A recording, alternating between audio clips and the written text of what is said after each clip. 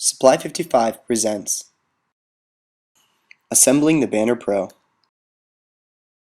When getting your Banner Pro, you'll notice there are 7 main components.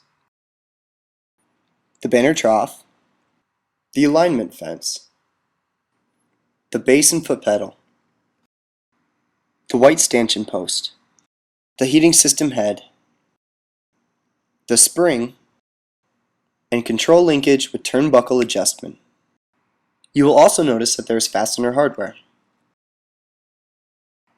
4 bolts, lock washers, and nuts for attaching the heating system head to the stanchion post, 2 bolts, fender washers, regular washers, and wing nuts for attaching the banner trough to the heating system head.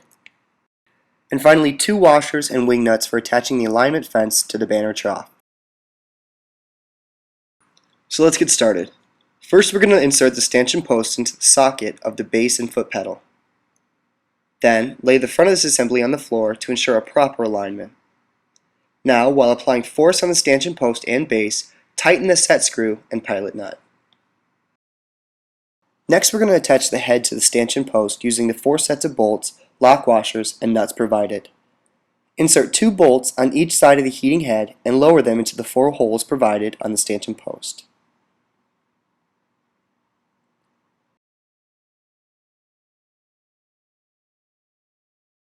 Now screw on the lock washers and nuts and tighten them using a wrench.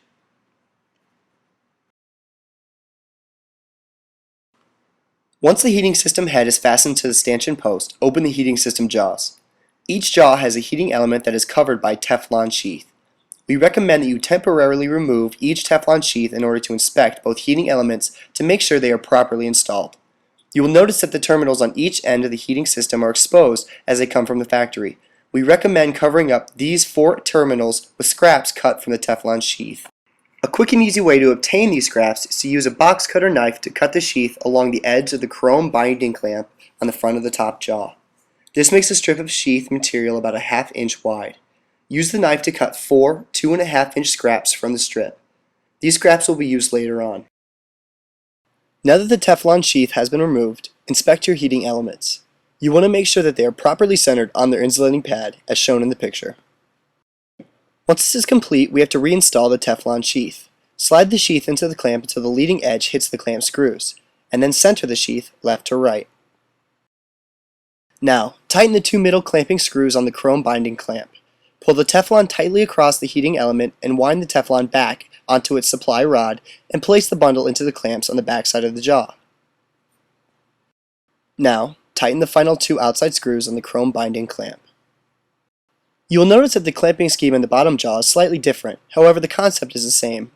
We recommend that you inspect the heating element at the bottom jaw as well.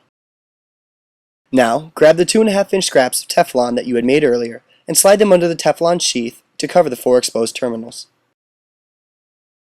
Our next step is to install the return spring into the heating system head. Simply place the spring around the embossed area at the hole provided. Now for the control linkage and turnbuckle adjustment.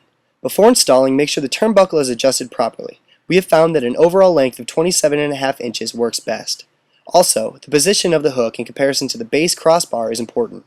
If you were to look at it as a clock, the crossbar at the bottom should be at 3 and 9 o'clock position, while the hook at the top should be at a 7 o'clock position. Now that you have your control linkage with turnbuckle adjustment set up, insert it into the assembly from underneath the heating system head. Now, close the top jaw and insert the hook into the top jaw's own control linkage.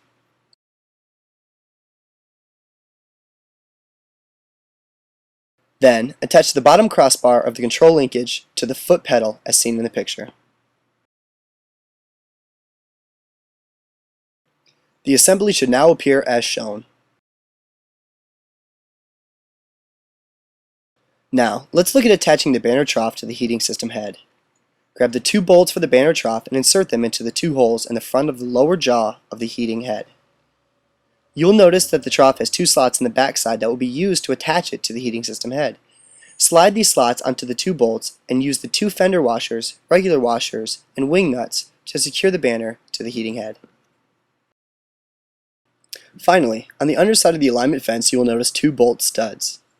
These are to be inserted into the 2 slots on the top side of the banner trough. Using the remaining washers and wing nuts, fasten the alignment fence to the banner trough.